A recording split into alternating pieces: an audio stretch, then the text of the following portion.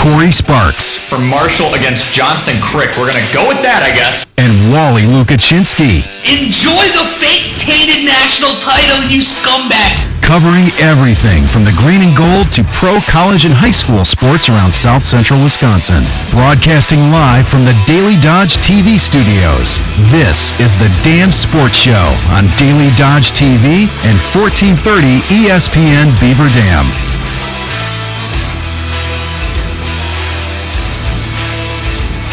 Crossover season. To call this week busy would be a massive understatement. The Packers and Lions kick off Week 14 tomorrow. Jason Wilde joins us in just a few moments to talk all things green and gold. The Badgers volleyball team is a 2-seed and starts the NCAA Women's Volleyball Tournament tomorrow. We will have play-by-play voice Jon Arias to preview the tournament and what the Badgers playoff picture looks like now.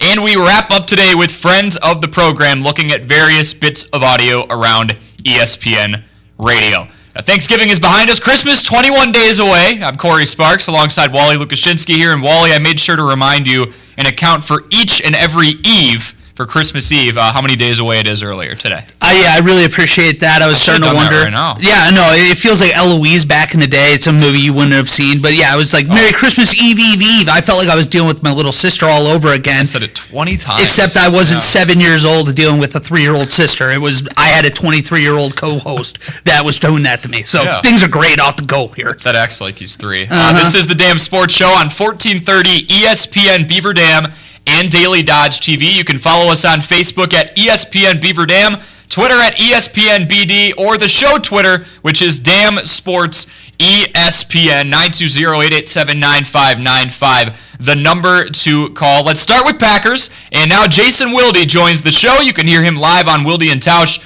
weekdays from 9 a.m. until noon across ESPN Wisconsin and Wisconsin On Demand. Jason, how are you doing, and how was Thanksgiving in the Wilde household? It was brief because I had to get to Lambeau Field for that game that they played last Thursday. But hey, we're going to have another game on another Thursday. It'll be a little bit different because it'll be in Detroit and an awfully big game for, I would say, both teams. So I'm eager to see how it plays out tomorrow night. Fair enough, Jason. I saw you recently wrote an article about Malik Willis noticing that this version of Jordan Love looks way different now than he did the last time Green Bay played the Lions just a few weeks ago. Does that come down to getting more practice reps? You talked about that type of thing where he was hurt and wasn't getting a whole lot of reps with the ones, or what does that come down to with him just looking like a much different quarterback than a few weeks ago? Yeah, I mean, he's healthier, but it's more than that, right? I mean, you know, he's practicing, which obviously impacts how effective he can be. He's not as indecisive. He's not taking the same risks. He's taking advantage of checkdowns, which, you know, was not something he was doing consistently early in the year. And look at the good things that can happen, right? With a check down to Josh Jacobs going for 49 yards, another one to Tucker Kraft, and he's bowling people over. So he looks so much more like the guy that he was during the second half of last season, as opposed to the guy he was during the first half of this season, including that loss to the Lions when he was coming off the groin injury he suffered the previous week in Jacksonville. He's just a different guy, and obviously that makes them a different offense as a result. I'm happy you actually said it like that, Jason, because Jordan Love is coming off those 2 games without throwing a pick this season. I was wondering, I know we saw the drop pick against the 49ers, but are we wrong for thinking that this is going to be more of that second half of 2023 Jordan Love we're seeing the rest of the way? Or again, is it just kind of a wait and see, figure out if he can do it again against a good Detroit defense this week? Yeah, I think that we're seeing him get more comfortable and get back to being himself. But again, this is a big game for both teams, and I'm eager to see what the quarterback comparison ends up being by game's end, because, you know, there's more than a few people that are just total doubters of Jared Goff, including my talented and wise co-host who is just not a believer in a guy who's put up some pretty damn good numbers and plays in a really effective and smartly designed and smartly called offense. But Tausch isn't wrong when he says that if you can generate pressure and get him out of rhythm that Jared Goff struggles. The reason why this is such a big game, I think, for both teams, though, is because, obviously the Packers have to win this to have really any chance of winning the division. They would have to get some major help from the other 4 teams that the Lions would face in the final month of the season to have any chance to still win the division if they lose tomorrow night. But to me, the bigger thing, and it relates to Jared Goff, is, I think the Lions need the number 1 seed. They need, their quarterback to be able to play indoors where the weather is not a factor. He's got a bad track record in cold weather. Not that there's a bunch of cold weather teams that are vying for playoff berths. Obviously, the Vikings are in a cold weather climate, but not in a cold weather venue. Mm-hmm. And I don't think it'll be too cold in Washington if somehow they end up winning their division. But I think Philly and I think Green Bay are 2 places that they would probably rather avoid. And so that's part of it. And then the other part of it is, and we're going to see this tomorrow night, I mean, this is a banged-up Lions team. They are missing a lot of pieces, not just Aiden Hutchinson. They got 18 guys on injured reserve right now. They have 4 guys that aren't on injured reserve that were all ruled out today for tomorrow night's game. So the biggest thing that the Lions can have is win the division, secure that number 1 seed, get that extra week for all these guys to get healthy, because there are a number of those guys on IR that they're hoping can be back for the playoffs. So this is a big one for both teams, and not very often do we get a really good Thursday night matchup with 2 teams that aren't playing on a short week. Mm-hmm. And both these teams played on Thanksgiving, so they've had a full 7-day week. It's been weird, and I still don't know what day it is. Like when Jack called for the segment, I was like, oh, yeah, it's Wednesday. Wilde Wednesday. I'm just completely out of sorts. But, they still haven't really caught up, as it were, because they didn't get the extra mini-bye after their first Thursday game. They went right into preparation for this one. So it's going to be a big one, and I'm really eager to get the kickoff to see how it's going to play out. It is going to be a big one, and both teams are missing key players. We saw earlier today Detroit is going to be without 3 starting, or at least 3 defensive linemen, including DJ Reader. Is it safe to assume that we're going to be getting a healthy dose of Josh Jacobs early and often tomorrow? I would think that would be the plan, and obviously be able to then play action off of that. But, I don't know if Zadarius Smith, who obviously was pretty productive against the Bears on Thanksgiving, can do that against his former team and get after Jordan Love. But the best way to make life easier for Jordan Love, as we have seen for most of this season, is for Josh Jacobs to be productive. And he has been. I mean, I think he's 3rd in the league in rushing. He's 4th in carries. Like, he has been he's been who the offense has been routed through. And I don't see any reason to stop doing that now. Jason, you mentioned just a little bit ago about how do the Packers go about forcing Jared Goff, who's had some ill-advised decisions. He had the 5-pick game against the Texans, but otherwise he's had a pretty clean year.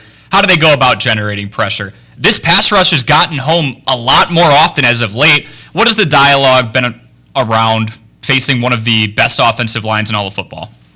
Yeah, it's going to be a big challenge for those guys. I mean, it starts with don't line up offside, you knuckleheads. The coaches were demonstrably ticked off about that. Jeff Hafley called it infuriating. And I can understand why he feels that way. But beyond that, it's hard to tell. Obviously, the last 2 weeks, their run defense has been much improved. The Christian McCaffrey had only 31 yards. I think the 2 Dolphins backs had a combined 44 yards. Granted, both those games the Packers got out to pretty good-sized leads, so it took them out of the run game. But they have stopped the run effectively, and Lucas Van Ness and Rashawn Gary have been more productive in terms of pass rushing. They had 5 sacks last week against the Dolphins, and 4 of the 5 were by defensive linemen.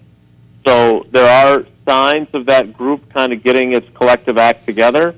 But like you said, this is one of the best offensive lines in football, even though they're not going to have Taylor Decker. I think that's going to be one of the things that really decide this game is, are the Packers especially with a four-man rush potentially and not having to send more blitzers, able to get after Jared Goff, get him off the spot, make his life more stressful and more difficult, maybe harass him into a mistake or two, or maybe a fumble. He's got a pretty big history of fumbling. Those are all crucial pieces to them going into Detroit and being able to do this year what they were able to do last year on Thanksgiving. This Lions offense, as we know, it's been a well-oiled machine this year. They've only failed to score 20 points twice this year. What does a good performance look like for a Packers defense playing tomorrow, again without Jair Alexander? Well, the one thing about playing without Jair Alexander is they're used to it. Yep. And I don't say that facetiously. I mean, look, he's basically at a point now that since he suffered his shoulder injury 4 games into the 2021 season, I think he's to the point where he's missed more games than he's played, or it's pretty close. You know, he had a healthy season in 2022. I think he started 16 of the 17 games, and he was all-pro second team for the second time in his career. But we all know that 21, he just wasn't he came back for the playoffs, but he and Zadarius Smith both were in position to tackle Deebo Samuel on a crucial 3rd and 7, and neither one of them looked particularly adept at tackling. And the 49ers converted that and went and kicked a game-winning field goal. 23, we obviously know that Jair missed 9 games with injuries, plus a suspension for 1 game for conduct detrimental to the team. And now I thought this was going to be kind of his rebound year, back to being the guy he'd been, you know, in 2020 and 2022, and instead it's been derailed again. And, you know, the one thing that I kept asking LaFleur about was how exactly can you, because he was talking about the possibility of Jair playing in this game, and my point was how can you possibly trust that he's going to be able to not only be active but then be able to stay in the game when in Chicago he lasted 10 snaps. Yeah. And so I would argue that it's almost better that at least they go into the game now knowing, hey, we're not going to have him. We were able to prepare Keyshawn Nixon and Eric Stokes and Carrington Valentine and Robert Rochelle all week long, knowing that we're most likely going to go with those guys and not have Alexander. I think that helps them a ton. Certainly you'd rather have him out there because, you know, Jamison Williams and obviously Amon-Ra St. Brown are 2 really, really explosive, dynamic players in that offense. And I don't know if I want Eric Stokes trying to defend either one of those guys because he has not been very good the last couple of years. Jason, we've seen some examples around the NFL of teams dropping star-studded players on their roster, and it doesn't always go well.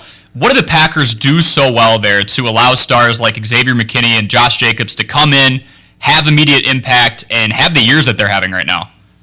Yeah, it's funny. I actually am working on that story for the State Journal for tomorrow, and I was talking to Derek Ansley, the defensive passing game coordinator. He was at Alabama as an assistant under Nick Saban for when both of those guys were with the Crimson Tide. And it's interesting because he says they're no different than they were there. You know, McKinney's a little bit quieter in his leadership style. Jacobs is a little more outspoken, but they're both guys that are kind of alphas. They obviously fit in very well with the Saban leadership structure of that team.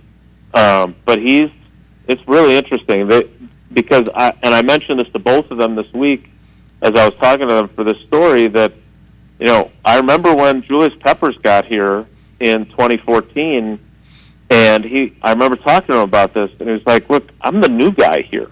Like, doesn't matter what I did in Carolina or Chicago. Like, for these guys, I'm the new guy. They're the ones who already have the culture established. And so what I thought was interesting, because I talked to a couple of guys that have been, obviously, in Green Bay for a while, and what they all said was basically, look, we gave them the carte blanche to be who they are, and if they're a vocal leader, be a vocal leader. If you're a leader by example, do that. And the one thing that Matt LaFleur kept emphasizing is, as much as they've been productive on the field, what he really likes is how they kind of set a standard of work ethic. Like, when your best players are also your hardest workers, everyone else wants to be like them. And not that they didn't have hard workers on this team before, but these two guys, they've not only had the production on Sundays, but they've been the guys that everyone emulates Monday through Saturday. Speaking of that entire locker room in this 2024-25 team, Jason, what's the maturity of this year's group, which is still very young, compared to a squad last year that around this time needed to go in let's run the table mode to get into the postseason? Yeah, look, I still think they're such a young team that it's almost like they're like fearless, right? Like, I try to picture a young Wally who wasn't afraid of anything, right? Now maybe you went ass over tea kettle on your bike, pedaling around, taking risks, not wearing a helmet. You seem like a risk taker with some of your behavior, but you don't know any better when you're a kid, right? And then then you break your arm or whatever it might be, and you take a little more caution. And these guys, they're just so young that they don't seem like they're afraid of anything. Oh, we got to go into Detroit, and if we're going to have any chance to win the division, we got to go beat them. Well, hell, we beat them last year there, so let's go do it again.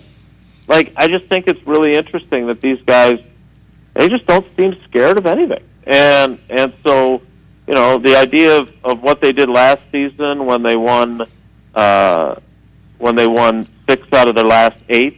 Now, let's not forget, they had a couple of clunkers in there, right? They didn't play well against the Giants, and Tommy DeVito beat them. And then, obviously, Tampa Bay came in here, and Baker Mayfield had a perfect passer rating and ran them out of their own gym. So I don't think we should romanticize everything about the stretch run, but they won their last 3. They went to Dallas and kicked the crap out of Mike McCarthy's team. So I think these guys are perfectly capable of that again. But, again, if they don't win the division, they are in a position where they will have to win 3 straight road games. Because unless, if they're the 5th seed, they would need one of the other 2 lower wild card seeds to also win their games if they're going to have any chance of hosting. And I don't see that happening. So, the 2010 team managed to do it. Corey, when you were like 11, or maybe even younger, and I was in the press box at AT&T Stadium. But the bottom line is that I don't think these guys are intimidated by any of this. I will say this, and I thought Adam Stenovich made a really interesting point this week. He's up in the box helping. He doesn't call the games, but he's kind of the bird's eye view for the offense.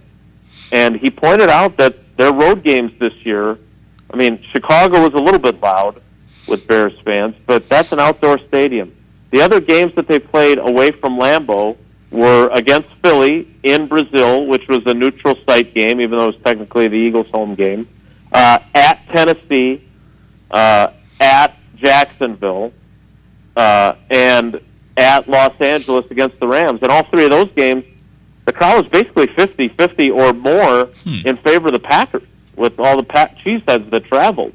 So this will be their first true road game in a really hostile environment. Obviously, they did a great job last year on Thanksgiving of taking the crowd out of it. The big play to Christian Watson to start the game after they got the ball off the opening kickoff. I'm really eager to see how they come out to start the game because, to me, it's going to be a challenge. Really excited to see how the Packers perform in this measurement stick type game as well. And excited to talk to you again on Friday, Jason, because now we're going to kind of get an immediate post-game reaction with the way the schedule is this week. It's a Thursday game. We get you Friday, and we can respond to what happens for the second straight Thursday game for the Green and Gold. Yeah, and more importantly, I won't be surprised when Jack calls. Hopefully we can regain our bearings and understand what day of the week it is then. I think, and I want to apologize to Jack because he said hello, and I said hey, and then I was still getting my conversational bearings. I think he was expecting some small talk, and it was just silent. So sorry, Jack. I was just like, oh my God, it's true. I was caught in my own head thinking, what the hell are these guys calling me for? Because it feels to me like a Friday or a Saturday, and I guess if it was a Friday, you'd be calling anyway. But regardless, I'm glad I got to talk to you guys, and I'll talk to you in a couple days. All right, sounds good. Thank you, Jason. Appreciate it. right, boys. Take care. Be good. I always have Wilde Wednesday starred on my calendar, so it's okay though. It's been a weird week. It has been a weird week. I didn't hear a word said after I heard that I was going to be a fearless kid growing up. It went right to my head. I'm immediately just thinking, yeah, I'm just really brave. That's what people say about me. All right, yeah. Well, the Packers are going to have to be brave to take down the Lions, but from what Jason was telling us here for a few minutes, they do have that fearless type of aura to them. Still a relatively young team, but a team that's 9-3 and still fighting for that division. When we come back, the Lions players you should be most worried about heading into tomorrow, and Jahmyr Gibbs had a little slip-up about a week ago where there was some pass protection coverages behind him. So LaFleur doesn't think that's going to give them much of a competitive advantage in Green Bay. We'll go over whether or not we buy that here on the Dam Sports Show on 1430 ESPN Beaver Dam and Daily Dodge TV.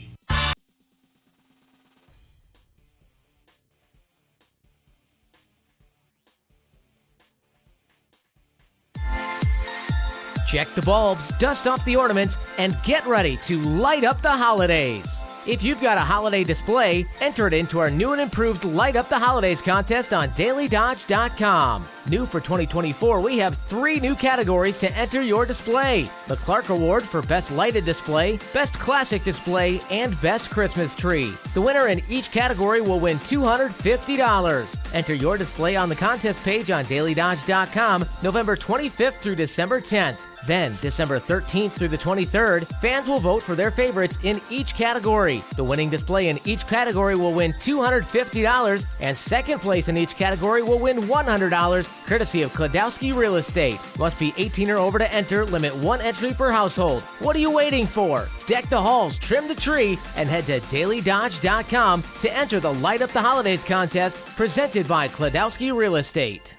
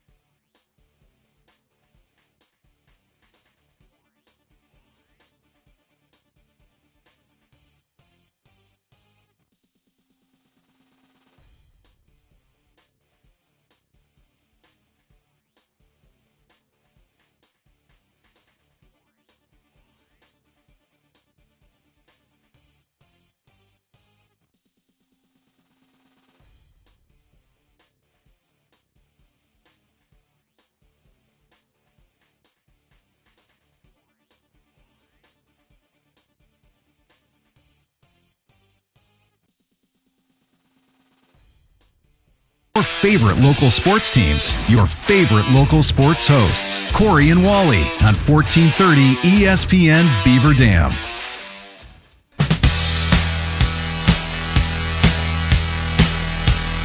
Thank you very much, as always, to the legend that is Jason Wilde. Covers the Packers very closely, has Wilde and Tausch, which you can hear him live on weekdays from 9 a.m. until noon across ESPN Wisconsin and Wisconsin On Demand, and twice a week here on the Dam Sports Show on Wednesdays and Fridays. This is the Dam Sports Show on 1430 ESPN Beaver Dam and Daily Dodge TV. If you'd like to chime in and call, 920-887-9595 is the number. That's 920-887-9595. And we do have a caller on the line right now. It is Tyler from Watertown. How's it going, Tyler? It's going good. How about you, Corey? Doing good. What do we got for the show today? Hey, I was going to ask, what you think of that impressive 7-game win streak so far? For the Bucks? Yes. Oh yeah, sorry. We thought you were talking Packers for a minute. I mean, it's been unbelievable. Back above, 3 games over 500 the way they started. Who would have thought that they looked this strong? Mm-hmm. They're in the Cup quarterfinals now. Thank God we get to see more colorful courts. Actually beat What was that, Detroit Tyler? after them beating them the last time. Yeah, they took down. The Pistons are looking a little more respectable, but yeah, they've won seven in a row now, and they're on a pretty good run. Hey, I do got to tell you this, Corey, because I didn't get a chance to tell you this one time. There's only one person I followed that played for the Bull, Oh, who's that? and that was back in the 90s. Probably Scottie Pippen or Michael Jordan. Michael Jordan. Yeah, the GOAT. Well, he's second best coach, but hey, good for him. Appreciate the call, But Tyler. I do got to ask, who do you think is going to win tomorrow night? You got to go with the Bucks. The way they're playing right now, or you're talking about not the Bucks tonight. You're talking about what? Which game tomorrow? The Packers? Tomorrow, the Packers, and the Bucks play tonight. I was going to say, we're doing the jump back and forth. Yeah. It was throwing me through a loop, but just because I feel like I need the Packers to win, just because we need stuff to talk about for the next month, I got to go with the green and gold Got to tomorrow. keep them in contention. And from what I understand or heard, Josh Jacobs might be questionable. I see a Q next to his name, but we didn't get any inkling from Mr. Wilde that it's going to be an issue and they should be using him. So hopefully he is in. Hopefully, because I would like to see him beat the Lions, take them down this time. Yeah, I know. In their house, too, it would be awesome. Well, Tyler, we appreciate the call. Yep. We've got to stick to the show clock, but thanks for calling in. Have fun, you All two. right, appreciate it.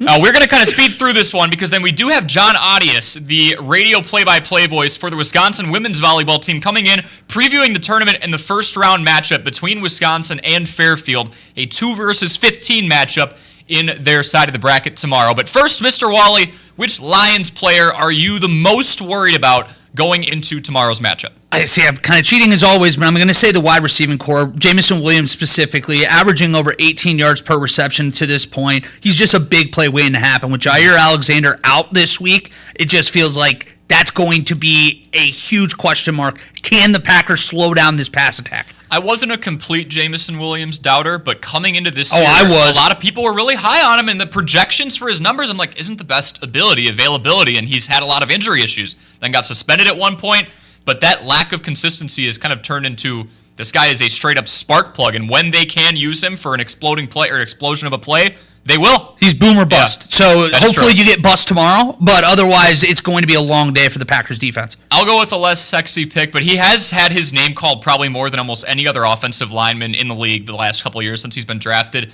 Penei Sewell. Ooh, I'm proud of you. Going O-line. They run everything around him in Detroit. He had a rollout, looked to be a designed pass that ended up being a loss of 1 or 2 yards, but like 5-6 Bears players, defenders, jumped on his back, and he never hit the ground. He just stumbled off and stayed on his feet. But especially in those tough yardage situations, look, it's not just David Montgomery putting his shoulder down and powering through contact. He does that, but they're also, as we've heard different coaches around this area say it, clearing the sidewalk so that those running backs, Jahmyr Gibbs and David Montgomery, they aren't meeting the point of contact for a couple of yards. So he's a huge key for them. That was a fantastic pick. He's one of the best offensive linemen in the entire league, and he kind of feels like the heart and soul of that star-studded offense. Great pick. And with no Taylor Decker, his job becomes increasingly more important. Wanted to talk about the Jahmyr Gibbs leaked protections video just for about a minute here, and then we'll have Jon Arias on the other side of the break. There was a video that he took of one of his teammates, and behind them, there were protection sets, like literal plans for the line and how a running back would respond to those. Those were in the background and leaked to the entire public. Head coach Matt LaFleur for the Packers says, this doesn't give us any competitive advantage. Do you buy that? I think that he's going to say that no matter what. Right. So maybe if you're the Lions, if you rework your plan, that's the reason why Coach LaFleur is saying that. You don't know. They found out early enough where they can make adjustments to it. Yeah. To me, the biggest surprise was I thought this would be a Pittsburgh Steeler. This just feels like something for years we would have seen in a Mike Tomlin locker room from Antonio Brown, from Le'Veon Bell, from insert George wide receiver Pickens. here. Yeah. George Pickens is coming up, I'm sure of it. So yeah, that was a little bit of a shock that it came out of Detroit when it seems like such a well-run operation. I agree LaFleur wouldn't say anything regardless, because then the Lions coaching staff's going to scrap it all free and dice up something else. But also the thing is, with NFL teams, you have every angle of film. I guarantee you Jeff Hafley has something pretty similar drawn up, because all he has to do is turn his big monitor on, let the projector go, and he can see those pass protections. But it probably was a little more convenient to have them all in the same spot. Yeah, I mean, it's not 1950. We have tape now, so you're right. They would have seen it either way. It's just, if anything, it was just the hilarity of seeing Dan Campbell in the press conference being like, you've got to be kidding me. Yeah, and he learned it in the press conference. A reporter brought it up, and he literally goes, I'm sorry, who did that? Which one of my players? And he just walks off. He's like, all right, the end of press conference, I got to figure this out. Yeah. When we return, we are very excited to have on the show live for the first time. We had a call between me and him on the show when the season started, or when conference play started a few weeks ago. Now we've got him live. Jon Arias, the play-by-play voice for Badgers women's volleyball, the Wisconsin Badgers women's volleyball radio network on ESPN Madison and Beaver Dam. He joins us live to preview the NCAA Tournament, which starts tomorrow between Wisconsin and Fairfield. This is the Dam Sports Show on 1430 ESPN and Daily Dodge TV.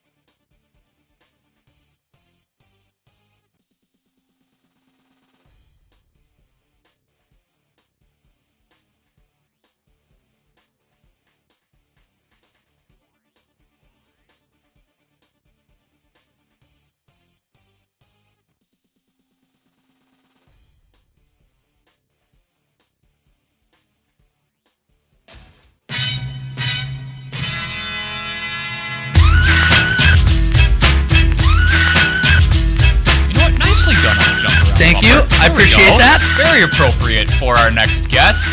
The Wisconsin Badgers volleyball team holds a 2 seed in this year's NCAA Tournament. First serve from the UW Fieldhouse is at 7 p.m. tomorrow on ESPN Madison and on ESPN Beaver Dam. And now we have a very special guest, the radio play-by-play voice for the Badgers. Jon Arias joins the show. Jon is the radio play-by-play voice for the Wisconsin Badgers volleyball team. Jon, how was your Thanksgiving, first off, and how excited are you for this year's tournament to get underway? Thanksgiving was great. Thanks for having me on. I'm still eating the leftovers. So, there you go. Yeah, except for the pumpkin pie. That was gone in a couple days. Yeah, that's got to go quick. But I'm super excited. You know, it's funny because, you know, when you're on a program that has had this much success, I feel spoiled. Mm-hmm. I feel spoiled because there's part of me that says, let's get to the tournament. And I don't like that part because I want to enjoy the ride up until the tournament because there were some great moments this season. But there is still part of me that says, let's just get to the tournament, let's get to the tournament. And the reason is because I'm so excited for the tournament. It's because that's where you make your mark. That's where you leave your legacy. That's where you try to get back to another Final Four. So how excited am I? I mean, this is it. This is what the season comes down to. This defines, you know, careers, and this creates memories. I love it.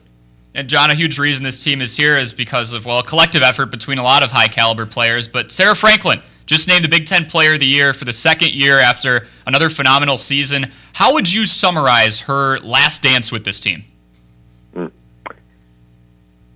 How would I summarize her last dance with this team? Well, remarkably, it is better than last year. When you look at the numbers in several categories, she's even better when she won National Player of the Year and Big Ten Player of the Year. But she is the heart and soul of this team. She is the player that when they need a kill, when they need something, they go to her. She is the player that I don't think you're going to see the type of dominance and shot selection that she has at her disposal. I don't think you're going to see that again. That's not to say that someone can't come in and be uber successful as well. But the thing that stands out to me most about her is that she has just a variety of shots, and she can bring them out in system, out of system at any occasion. You know, I talked to her this year. I said, how do you decide when you're in the air, when you get a set, like when and how do you decide? And she says, you know, you just stick to your base and you get up there, and then in that split second, what you see in that split second in the defense, and then you adjust to the type of shot that you need to put in, and just to have all of that click and to do it so successfully is so difficult. And so that's why, I mean, she means everything to this team. She means everything to this offense. And she's been remarkable to watch and listen to through your broadcasts with the team this year. Shifting over to the youth movement, and that is Charlie Furbringer. She's been put in some pretty high-pressure situations. When you and I jumped on the phone a few weeks ago now, you had mentioned a freshman setter went from playing high school volleyball and club volleyball to going up against high-caliber opponents like Louisville, right? How have parts of her game grown since the opening couple of matches this year against some ranked opponents? I think her serving has gotten really better. Rather, her serving has gotten better. She is a threat behind the service line. Her setting, you know, if you talk to, I'll rely on what Kelly's told me, Kelly Sheffield, is that she's putting herself in better positions, and this was a few weeks ago, so hopefully it's even better now, but she's just putting herself in the right spots. And when it comes down to setting, it's about making the right decisions, and then sometimes if you're elite, it's about making the sets or the decisions that other setters wouldn't even consider. So I think she's had a full year of learning the college game, going up against elite competition, and I think she's excelled. An all Big Ten freshman team, all Big Ten second team. I'm super excited about the future. I'm super excited about how she runs this offense through the postseason, and hopefully if they get deeper into the NCAA tournament, you know, I think she will be another very valuable asset for this team, because if she is able, because she does have the ability to make sets that maybe other setters wouldn't think about. So if everything keeps continuing to click, I feel pretty good about Charlie. But she's gotten better as far as like just being in the right spot, making the right decision, and then behind the service line too. John, for listeners and people like me who may not be as familiar with this Fairfield program, what sort of threat do you think they could pose this Wisconsin team, if any threat at all? People like you and me who are not very familiar with this Fairfield program. No, I mean, they come out of the... I'm not trying to sound arrogant, but I don't think Fairfield... Boy, be careful what I say. I don't think Fairfield has much of an opportunity. But with that being said, they do go pretty deep. They run, I believe they run a 6-2 offense, so they're going to have, two different setters at various points whenever they rotate to the back row. So that's something that the Badgers have seen occasionally this season. That's something that obviously the last 2 years they themselves have done, so they're pretty familiar with that. But it's just, when you get these, when you're as highly seeded as Wisconsin, a number 7 overall seed, number 2 seed in the tournament, you get these first-round matchups that you should be taking care of business. So I know they run a 6-2. I know they've got a right-side hitter who's probably their most dominant hitter, was the MAC tournament MVP when Fairfield beat Quinnipiac to get to the NCAA tournament. I think she's like 6'2" on the right side, so that's somebody that they're going to have to consider. But this is a match that I believe, I'm not sure if Fairfield can hurt Wisconsin. With that being said, I hope I don't have to eat my words. Well, assuming that it isn't Fairfield, if you weren't allowed to say Nebraska, who would you say is the biggest threat in this region to this Badgers team? Ooh, and I can't pick Nebraska. Not allowed. Okay. Interesting. Well, I think you would have to say probably number 1, Arizona State, because that's a team that if you want to go to Lincoln and have an opportunity to face Nebraska, you have to get by. Just briefly checking out the Sun Devils, they've got 2 losses this season, one of them, by the way, to Nebraska in 3 sets. But you've got a team there that I think could be a challenge. And then I don't think they'll face Baylor, but if Baylor happened to get past Nebraska, I mean, that's a team that Wisconsin played 5 sets and got by Baylor at their place earlier in the season. But I would say Arizona State and Baylor. And guys, when Badger fans will look at this region and go, we got put with Nebraska. Yeah, that's true. You did. And I understand. But at the same time, there's a scenario where Wisconsin would have maybe had to face Texas in the Sweet 16 to get to the Elite 8 in Nebraska. Texas is a number 3 seed as well. I'm pretty happy they're not playing Texas. There's an opportunity they might have had to face a team like Kentucky. Pretty happy, they're not facing Kentucky. So being placed in the Nebraska Regional is going to be tough, but at the same time, if I had to pick a team, I'd probably say the team Arizona State that they could face in the Sweet 16. Texas A&M is also there. That's a team that they beat earlier this season. Wisconsin did. That they'll have to face perhaps to get to the Sweet 16. I'm sorry, to get to the Elite 8 as well. So I would say those 2 teams. And then if I can't pick Nebraska and I go look down lower in the region, I'd have to say Baylor because those 2 teams battled earlier this year. Fair enough. John, this Badgers team had 13 ranked opponents in the regular season this year. What kind of an advantage does that give Kelly Sheffield's squad over other teams that they might run into in this bracket that aren't as battle-tested? Well, I think that was, the whole point of playing the schedule they did at the start when they started off with a bang with Louisville and Texas and Stanford and 0-3, right, was a couple of reasons. But number 1 was just to get that level of competition, to get that test out on the team right away and say, hey, listen, when we want to advance in the NCAA tournament, these are the types of matches you're going to find yourself in. So I think playing all of these ranked opponents, and a lot of that just comes from being in the Big Ten, right? Mm-hmm. Where you get a lot of good quality opponents. But I think early on that non-conference, this is part of the reason they scheduled the way they did. And so hopefully it does pay off. Hopefully that experience, with the freshman sitter, like we talked about with Charlie Furbringer, throw her right into the fire. Hopefully I think those types of matches can, not only mentally prepare you, but, just get you ready physically too. Like, okay, get ready because this is what we're going to have to be facing. And if you can, feed off that, remember that, and just know that your whole season has been like this. Your whole season has been test after test after test. Well, then you get in the tournament, and it's no different. It's another test. You've been used to it. You've been doing it all year long. I want to circle back to that Nebraska team we were kind of alluding to earlier.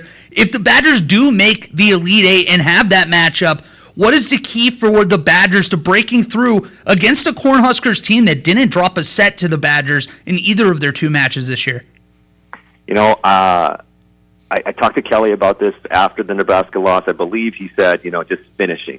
I'd have to go back and get his exact quote, but they need to finish because that's what Nebraska did. Wisconsin and Nebraska, there were points in those 6 sets where, yes, Nebraska looked like maybe the better team, but Wisconsin's making a charge, and then Nebraska would just finish. They finished. They closed out, and that's something that Wisconsin didn't do. They had either service errors, net violations that they start to pile up throughout the course of a set. Now all of a sudden you can't close out. So they need to finish better against Nebraska. What was really interesting is Kelly Sheffield told me that, in that last match at Lincoln, that both teams passed the same, right? So it's very interesting, I think, when you hear that both teams are equally successful passing the opponent's serve, but yet one wins in 3 sets. It just comes down to execution. And, I said earlier, a couple weeks ago, if it happens to be Nebraska, I know that the mindset that these players have had throughout the years that is instilled in them, they want challenges. They want to accomplish hard things. As weird as it sounds, I think they want Nebraska again in a way, I would think, that so they can prove that, they are the better team, that they can get by the Huskers. Now, the results this season have shown that that's not the case, but I guess I can't count out Sarah Franklin, who's now a 2-time Big Ten Player of the Year, National Player of the Year, and had 33 kills in a match this season. I can't count out Anna Smrek, 6'9". At times, when she's in the flow, in the zone, she is dominant. You can't stop Anna Smrek. You can't when she's in the zone. I can't count out Caroline Crawford, who will do everything to not allow that ball across the net up front, blocking defensively. Devin Robinson, the same thing. She's got 1,000 career kills. She's coming up on 500 career blocks. Elite type of talent.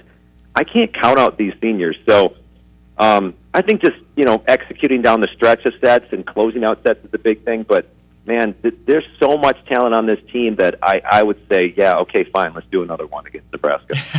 It's a stacked roster for sure. Well, Jon, I want to thank you so much for taking the time and coming on the show just to give some of our fans and us too some insight heading into the Badgers tournament run. Real quick, where can fans find you and your work if they want to learn more about Badgers women's volleyball? Yeah, absolutely. So I've got a podcast. It's called the Joncast Podcast. It's spelled JONCAST Podcast. On X, it's at JONARIAS Radio or at Joncast Podcast on X and Instagram, Facebook too, and Spotify and Apple. Just figure it out. You'll figure it out. I put out pretty much a weekly podcast kind of recapping some of the interviews I've had with players and whatnot. And then I'll put out a video every once in a while there online as well, just, from the arena, just kind of breaking down what to expect on each matchup. Awesome, Jon. Well, again, thank you so much for taking the time to come on to the Damn Sports Show. Have a great call tomorrow, and let's go get another championship. Amen. Yeah. All right. Let's go. Thanks, guys. Awesome. Appreciate it. Again, that is Jon Arias, the radio play-by-play voice on ESPN Madison and ESPN Beaver Dam, or the Wisconsin Badgers Volleyball Radio Network. It is Wisconsin and Fairfield live from the UW Fieldhouse. First service set for 7 p.m. tomorrow, again, on ESPN Madison and ESPN Beaver Dam. It's the Stags, the Fairfield Stags. It's a great name. Yeah. You got to give them credit. That's a good name. Good stuff. When we come back, we take a look around ESPN Radio for our Friends of the Program segment. 3 different pieces of audio from around Good Karma brands here on 1430 ESPN and Daily Dodge TV.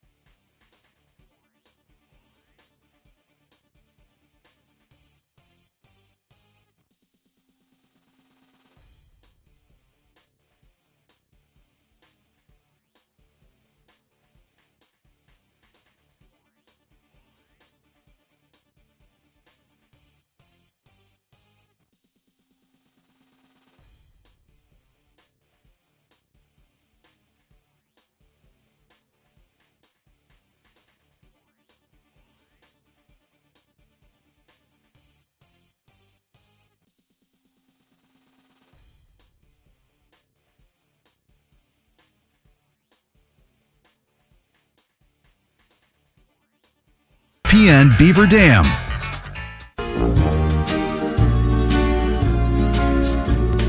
You've got a friend in me. This is our Friends of the Program segment where we take a look around ESPN Radio and our friends in Good Karma brands and respond to 3 different bits of audio. And this is Wally's segment. I'll let you lead it. Oh, well, no, I just got to jump right in. First of all, one of the best nicknames ever, Lamar Soup Campbell. You and I putting the pieces together, we felt like geniuses. Yeah. Like, I mean, how did it take us that long? Galaxy Brain is right. But he was on Jump Around Daily talking about the Badgers and what kind of future they have in the NIL era here.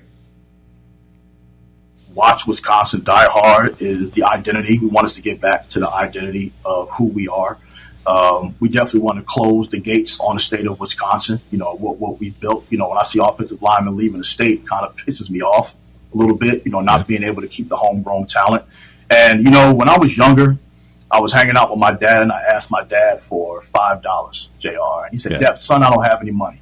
And then we went back home, and my mom asked him for some money, and he gave her some money. I said, well, Dad, you know, you said you didn't have any money.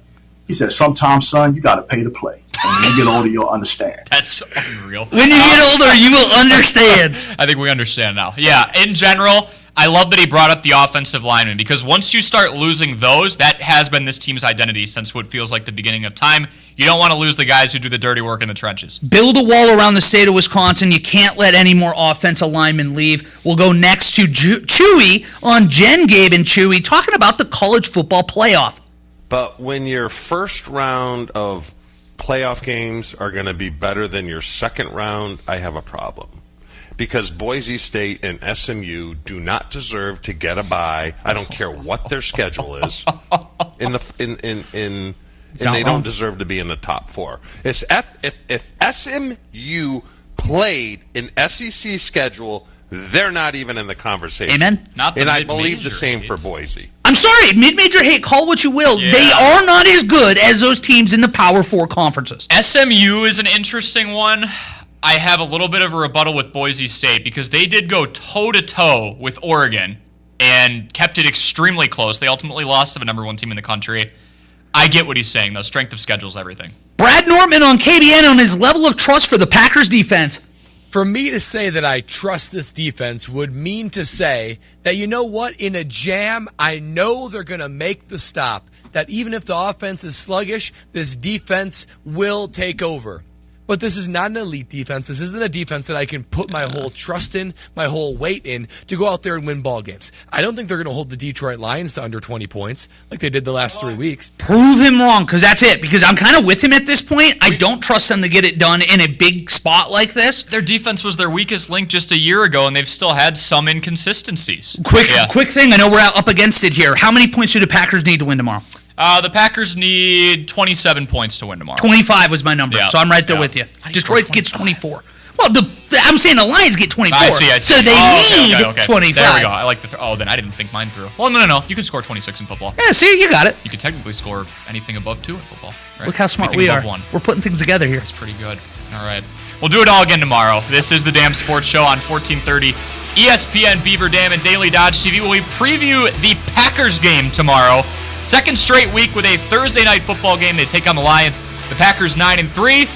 The Lions 11-1, trying to establish a stranglehold on the division. Coming up next year on 1430 ESPN Beaver Dam, you will have the one and only Homer for the Homer Hour from 5 to 6. We will see you tomorrow on ESPN Beaver Dam and Daily Dodge TV.